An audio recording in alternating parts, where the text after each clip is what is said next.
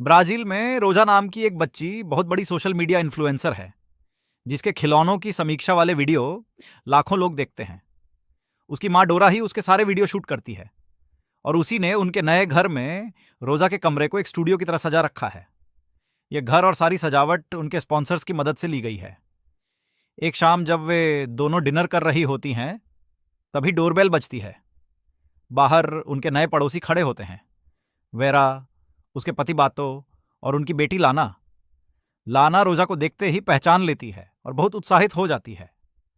वह तुरंत रोजा के साथ एक वीडियो रिकॉर्ड करती है और उसे अपनी होने वाली सबसे अच्छी दोस्त कहती है। लाना रोजा से उसका शूटिंग रूम देखने की जिद करती है। रोजा उसे अपने कमरे में ले जाती है, जहां हर चीज वीडियो के हिसाब से सजी होती है। खिलौनों से लेकर बेड तक सब कुछ कैमरे के लिए परफेक्ट है।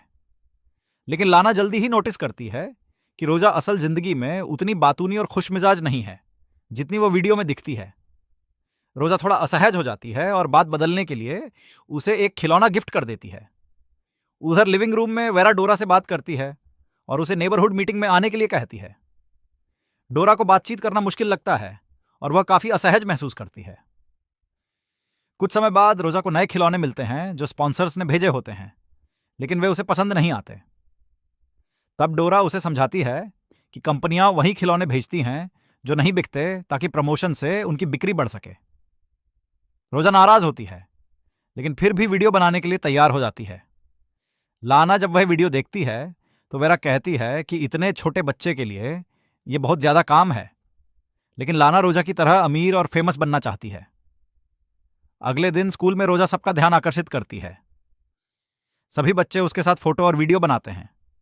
लाना उसकी मदद करती है, लेकिन डोरा उसे लाना के घर जाने से मना कर देती है, क्योंकि उसे वीडियो शूट करने होते हैं। धीरे धीरे साफ होने लगता है कि डोरा अपनी बेटी पर बहुत ज्यादा कंट्रोल रखती है। वह रोजा के हर काम पर नजर रखती है, यहां तक कि उसके फोन के मैसेज भी चेक करती है। रोजा का 13वां जन्मदिन आता है, लेकिन डोरा सब कुछ बहुत बचकाना बनाती है। ड्रेस, केक और सजावट सब कुछ छोटे बच्चों जैसा होता है। रोजा असल में अपनी उम्र के हिसाब से पार्टी एंजॉय करना चाहती है, लेकिन डोरा उसे मजबूर करती है कि वह वीडियो बनाए। वह उसे गिल्ट फील कराकर मना लेती है कि अगर वह वीडियो नहीं बनाएगी तो उसके फॉलोअर्स निराश हो जाएंगे। पार्टी के बाद डोरा रोजा को दूध में दवा मिलाकर देती है और उसके सो जाने के बाद उसे इंजेक्शन लगाती है। कुछ दिनों बाद स्कूल में खेलते समय रोजा अचानक चक्कर खाकर गिर जाती है। अस्पताल में जांच के दौरान डॉक्टरों को उसके शरीर में गंभीर समस्या का पता चलता है, हार्मोनल असंतुलन और कुपोषण। लेकिन डोरा उसे तुरंत अस्पताल से ले जाती है और इस बारे में कोई बात नहीं करती। रोजा को धीरे धीरे अपनी हालत पर शक होने लगता है। एक दिन उसे अपने हाथ में अजीब सा दर्द महसूस होता है और वह खुद ही जांच करती है। उसे अपनी त्वचा के अंदर एक छोटा सा ट्यूब मिलता है। बाद में उसे पता चलता है कि यह एक प्यूबर्टी इनहिबिटर है, जो उसके शरीर को बड़ा होने से रोक रहा है। रोजा को यह जानकर गहरा सदमा लगता है। वह अपने बचपन की यादों के बारे में सोचती है और उसे कई चीजें अजीब लगने लगती हैं। उसे याद आता है कि उसने कुछ जन्मदिन 2 बार मनाए थे। वह अपनी पुरानी दोस्त जॉय से संपर्क करती है, जो अब उसी शहर में रहती है। जब वे मिलते हैं तो रोजा को पता चलता है कि जॉय अब 17 साल की है, जबकि रोजा खुद को 13 साल की मानती थी। इसका मतलब साफ है, रोजा की असली उम्र भी 17 साल है। ये सच्चाई जानकर वह टूट जाती है। उसे एहसास होता है कि उसकी मां ने उसे जानबूझकर छोटा बनाए रखा, ताकि वह लंबे समय तक बच्चों वाले कंटेंट बनाकर पैसे कमा सके।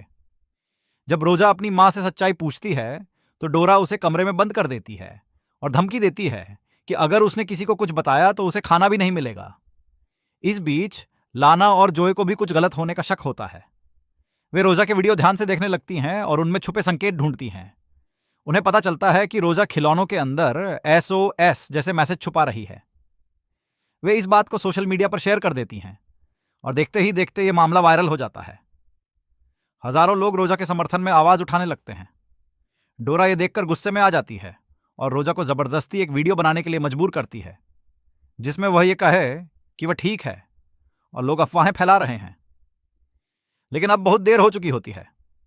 जोए पुलिस के पास जाती है और सारी सच्चाई बता देती है। मीडिया भी इस खबर को उठा लेता है। पुलिस, स्कूल स्टाफ और पड़ोसी सभी इस मामले में शामिल हो जाते हैं। डोरा भागने की कोशिश करती है और पैसे लेकर घर छोड़ देती है। उधर रोजा को घर से बेहोशी की हालत में निकाला जाता है और अस्पताल ले जाया जाता है। लोग उसके वीडियो बनाते रहते हैं, लेकिन इस बार वह कैमरे के लिए मुस्कुरा नहीं पाती। दुर्भाग्य से रोजा की हालत बहुत खराब हो चुकी होती है और वह बच नहीं पाती। उसकी मौत पूरे देश को हिला देती है। इसके बाद सोशल मीडिया पर सेव द रोजेज नाम से एक अभियान शुरू होता है, जिसमें लोग बच्चों के शोषण के खिलाफ आवाज उठाते हैं, खासकर उन बच्चों के लिए जिन्हें पैसे और शोहरत के लिए इस्तेमाल किया जाता है। कुछ समय बाद डोरा एक नए शहर में नई जिंदगी जी रही होती है। वह खुश नजर आती है और फिर से प्रेग्नेंट हो जाती है। इस बार भी उसका इरादा वही होता है, अपने नए बच्चे को बड़ा करके उसे भी एक इन्फ्लुएंसर बनाना, ताकि वह फिर से पैसे और शोहरत कमा सके। इस कहानी से यह साफ होता है कि सोशल मीडिया की चमक दमक के पीछे कभी कभी बहुत अंधेरा छुपा होता है और बच्चों की मासूमियत का गलत इस्तेमाल किया जा सकता है।